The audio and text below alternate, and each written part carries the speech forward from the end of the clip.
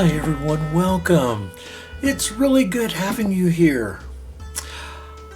I thought I would share something with you all, and it's within this treasure chest. Could it be gold or diamonds, or perhaps an Aladdin's lamp, or I don't know, just a magical potion? Perhaps, but not this time. Contained within this trunk is something even more valuable, at least cosmetically. What could it be?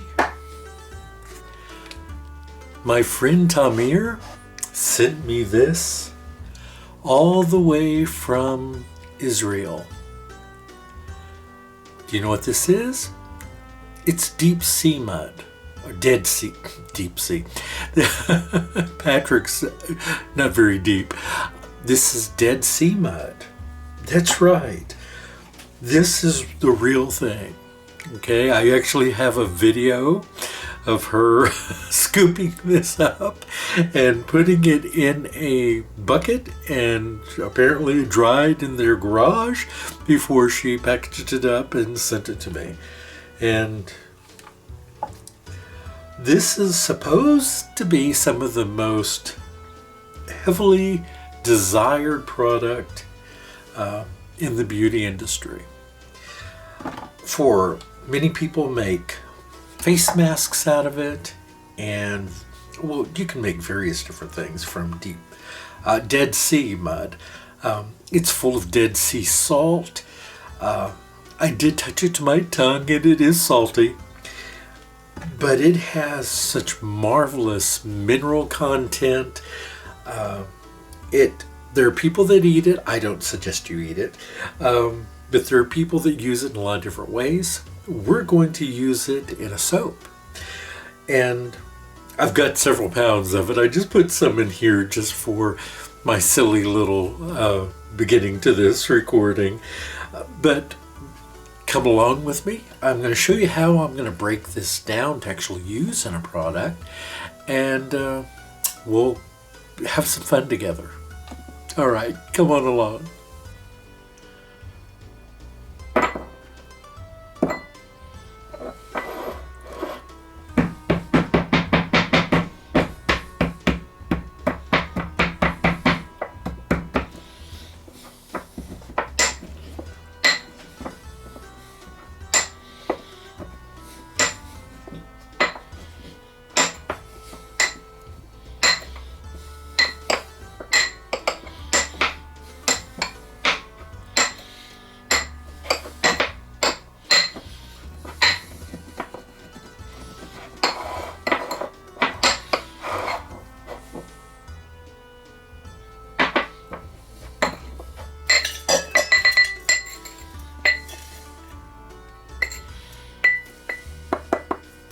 So I'm now going to take the mud that I've broke down into this powder and see if we can't get it turned back into mud, not just dirt. You know, this smells like salt and dirt, you know, kind of that earthy kind of smell, which is, I think, actually kind of fun. I kind of like it. And I'm going to add in about an equal amount of distilled water.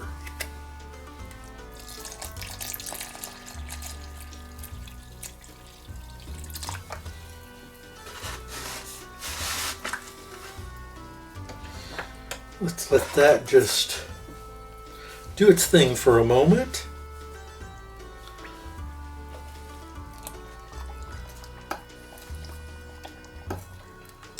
Let it rehydrate.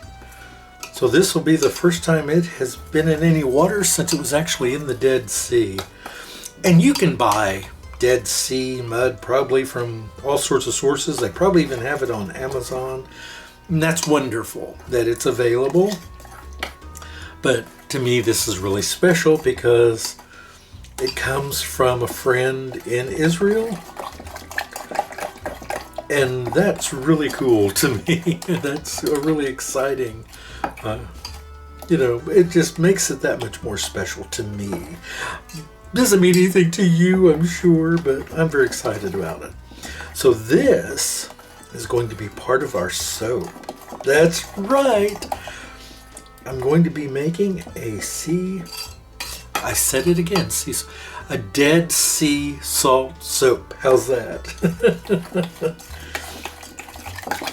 All right. I think it's pretty well mixed here. Let me break up there's a little bit of chunks there. I would hit it with the stick blender, but I don't think it's necessary for this. As this sits, it'll continue to hydrate and thicken up, and I just wanted to just give it some stirs and kind of get it on its way. Right? So there's our mud. So come on along and let's put this together. Hi everyone, welcome back. Okay, so I'm now going to combine my aloe gel eye solution into my oils and butters.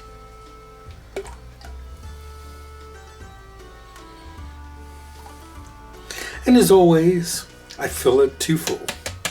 It's just the way I roll. But not too full. Okay, so before we divide this up into our mud portion, well, I'll show you in a moment. Let's go ahead and mix this up first.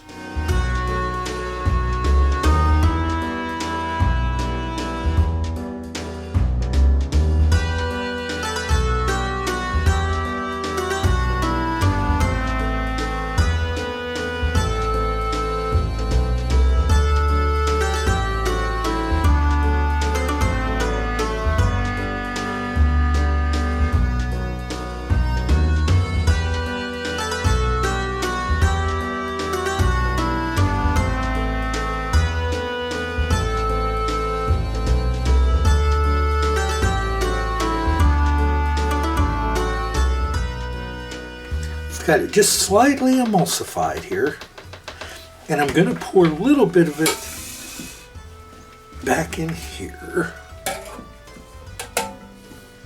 just a little,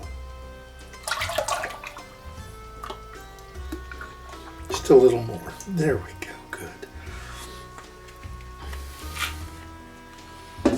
And to this portion, we're going to add in our beautiful Dead Sea mud. Isn't it lovely? I think it's just marvelous. All right, so let's get to get, shall we?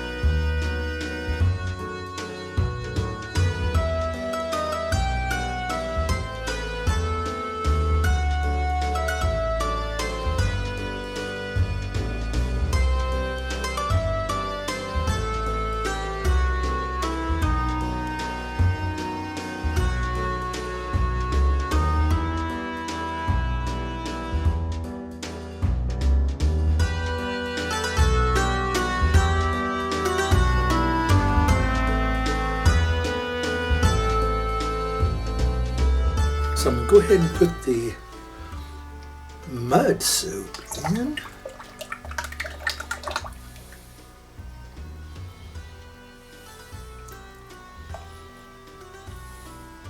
I'm going to hold back a little bit to do some stuff on the top.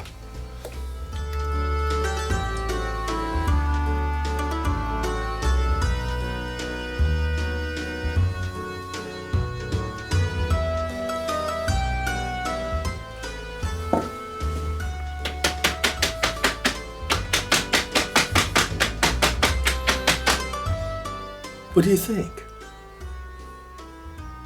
Got some interesting little swirls in there. Doing it in the mold like that, I think is can, certainly give you some more unique kind of swirls and lines than you get in the pot swirl. I am always impressed at the amount of swirls people are able to get in their soaps, using different methods. And sometimes you can see things in the swirls, sort of like seeing things in the clouds, right?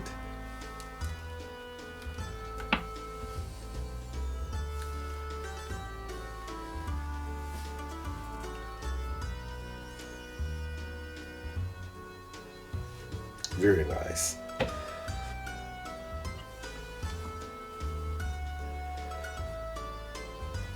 My friend, I call her a friend. We've been in touch for about 7 years. We've never met. I've only seen one short video with her and her family in it, and of course I've seen some photographs. So calling someone a friend to some may seem presumptuous, but I've only had a few friends in my life, people that I really thought of as friends. Here, let me zoom out a little bit there. I've only had a few people that I really considered true friends, and they're very hard to come by. I think friends are rare. People that you really call a friend, they're generally people that you can, they're people that you feel you can call a friend, right? What do I mean by that? Well, to me, a friend is someone that makes me smile. A friend is someone who helps me to get through a difficult time. Now, that doesn't always have to be someone right by your side. I think that's helpful. Certainly to have people around you and near you to comfort you, I think that's always best. But it's not always feasible. For various reasons, there are those of us that either by economics or by just because of travel, the distance between us, or because of health issues, or because of 1,000 other reasons, maybe we're not able to get together and meet that way. And so friendships are developed differently. And that's all right. I still think that, if possible, you should have friends within your own stratosphere that you can meet with and chat with and share ideals with and look directly in the eye. I think that is the ideal way to have a friend. But we live in a different world now, right? I'm not sure exactly what happened, but on some of these bars, they are super, super hard. And I think I figured out what it is. Because they're hard when they hit these veins of the white. You want to know why that is? Because in the black part, that's where I poured the mud. So it had that additional water in it, right? So that's going to remain softer longer, where the white part had a lot less water in it because I didn't add the mud to it. So it hardened sooner. So there's like this veining, this harder, like white veining in it. It's even harder to cut when it hits those. But I think that's kind of cool too. It makes them different. It gives them a bit of variation. I don't know if they're all going to be like that, but I assume that's the case. Let me just trim this end here.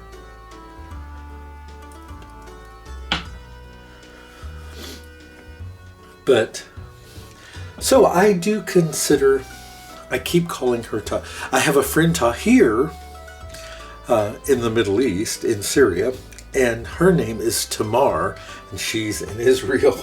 And sometimes when speaking about them, I use their names interchangeably, and I shouldn't do that. so I have to be careful. I don't ever want to mislabel someone. But she's such a lovely, lovely person, and the fact that she sent this to me without me asking, without any kind of notice, it was just a surprise. I was so shocked and impressed. This one was a surprise, really out of the blue, and it's something that I had kind of wanted to work with and hadn't taken the opportunity to do it because, well, I just had not. You can call it laziness, you can call it poor planning. I don't know about all of you. Even this kind of has a gray flannel kind of look to it, which I'm really loving.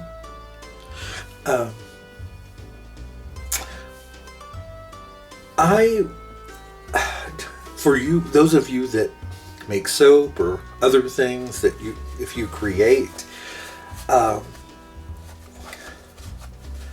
you may know what I'm talking about when I say that I get so many ideas of things I want to do that I paralyze myself sometimes.